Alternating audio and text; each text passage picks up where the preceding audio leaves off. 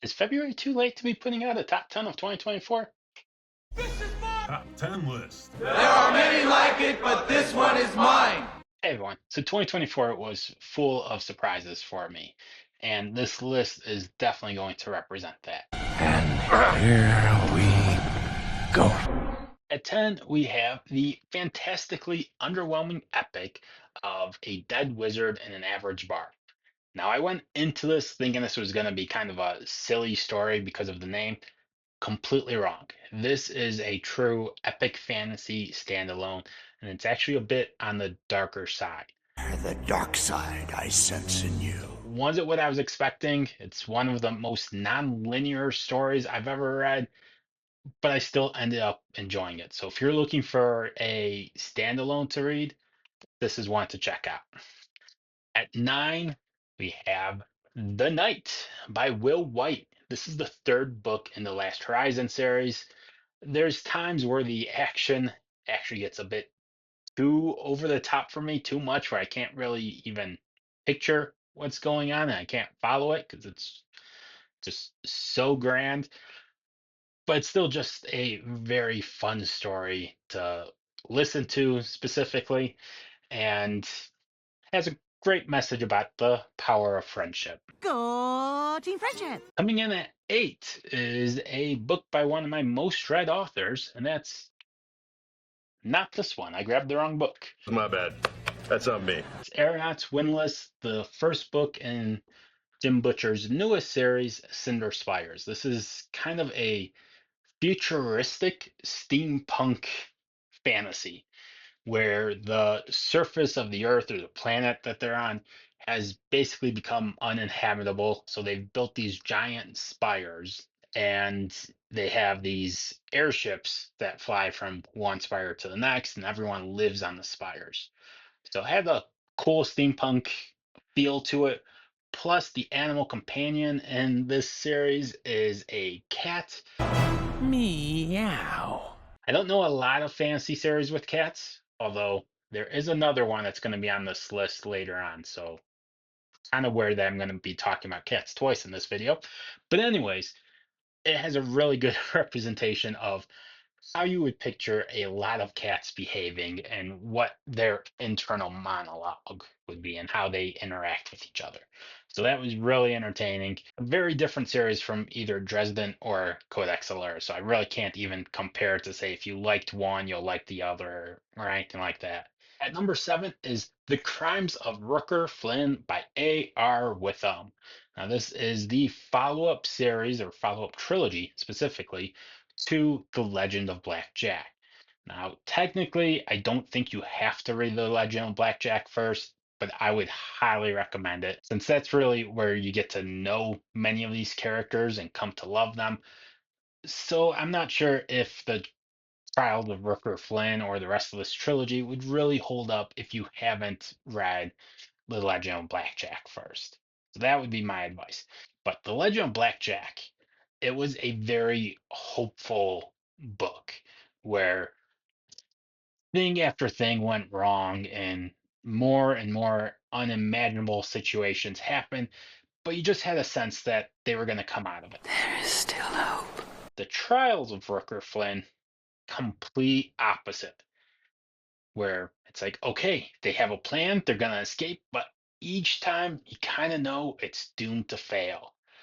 And that just keeps building and building and building throughout the series. And you're just seeing these characters you love get their hopes up, try to achieve a little bit, and then fall back down. Oh no! We suck again! Trying to get through that and seeing if at the end, if they can finally break through and accomplish what they're trying to do.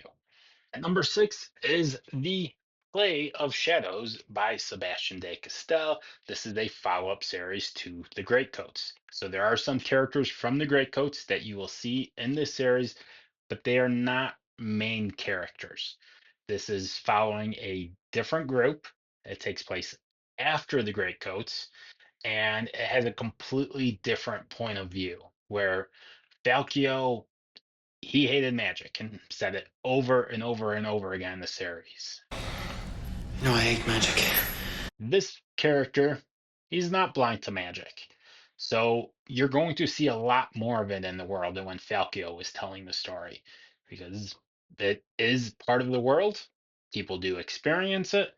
And in this book, it's a very unique magic system where actors, when they're acting a part, a historical event, they can end up channeling the person that they're acting and uncover secrets of the past. Quite interesting. It's often a story inside a story, so very unique. Definitely has Sebastian Dickstell's writing style, which works very well for me. I understand it's not for everyone, so if you didn't like the Great Coats, I wouldn't necessarily recommend this series. But if you did like the Great Coats, you also don't want to go into it expecting the exact same thing, because this is certainly a different story than what you got with the Great Coats. Coming in at 5 is On the Shoulders of Titans. This is the second book of Arcane Ascension, with the first book being Sufficiently Advanced Magic. Now, Sufficiently Advanced Magic, I thought at times was a bit too info dumpy. It's kind of a lit RPG to an extent. I'd put it more progression fantasy, and it it is a school setting. It actually reminds me a lot of if you combine Mother of Learning and The Will of the Many, you'd get this series. So it's a school setting, progression fantasy, and it spent a lot of time on the magic system. That was kind of a knock on book one, is that it was over explained at times. Book two, maybe a little bit of that in the first half, but the second half of this book was just nonstop action. They get involved in something. As soon as that kind of came to an end, the next issue would begin right away. A lot of action around here today, huh? I'd recommend checking this series out if you liked Superpowers or Dungeon Crawler Carl, Mother of Learning. Even if you liked Will of the Many, I would still give this a try. I could see some people bouncing off this because stylistically, it's very different from Will of the Many. Plot wise, it's actually fairly similar. So I could see it going either way if you are a fan of Will of the Many. Coming in at number 4, you have Priest of Crowns by Peter McLean. This is the fourth book in the War for the Rose Throne series, and this is the final book in that series. You could probably classify this as grimdark, which, if you've been following this channel, you know I do not read grimdark. It's just not something I really enjoy in my reading. But Thomas Piety, it's been a while since I've listened to it, but I think the audiobook actually did call him Thomas and not Thomas. He has such a unique and fascinating voice. Like, he is compassionate at times, but he also is a sociopath. You never know what he's gonna do.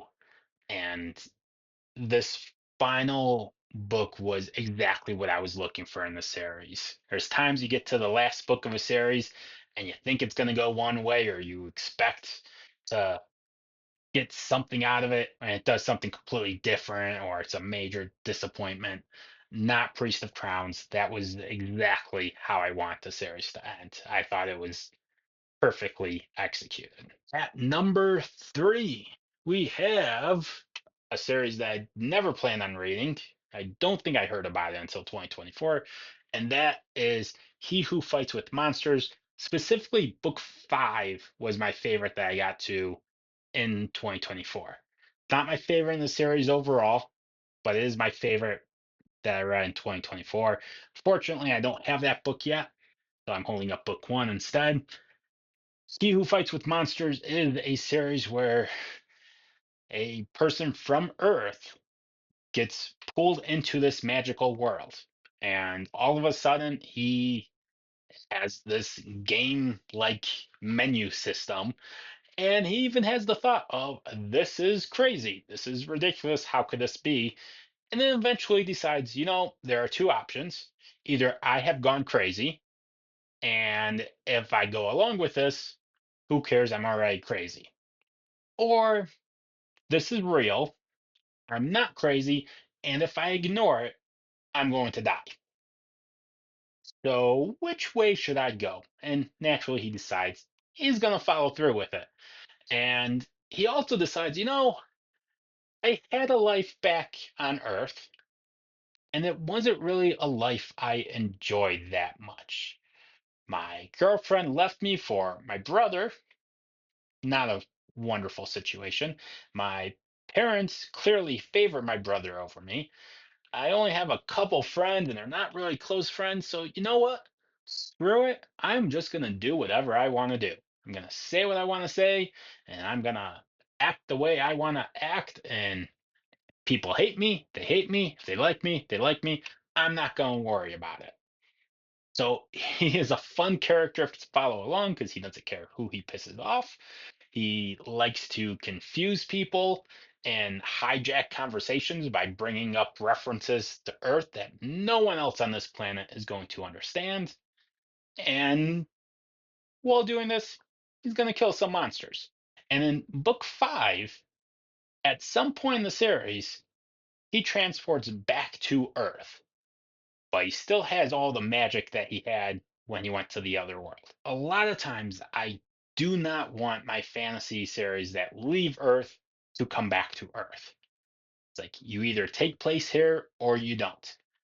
This is the first series I've read that I think it's done a good job of taking the series away from Earth, bringing it back, and then intertwining the two worlds and having the series continue and have it make sense to where you take something that is not Earth related at all and bring it to Earth and have it fit in.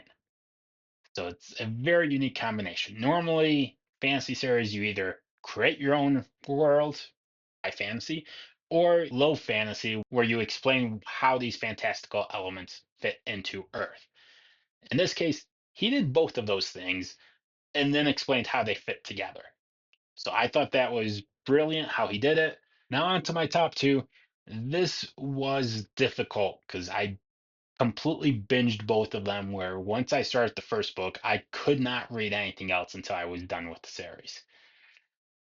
So I'm going to end up playing number 2 as Mother of Learning. This is another progression fantasy or lit RPG. It's a time loop scenario where what could you accomplish in your life if you got to relive the same month over and over and over again?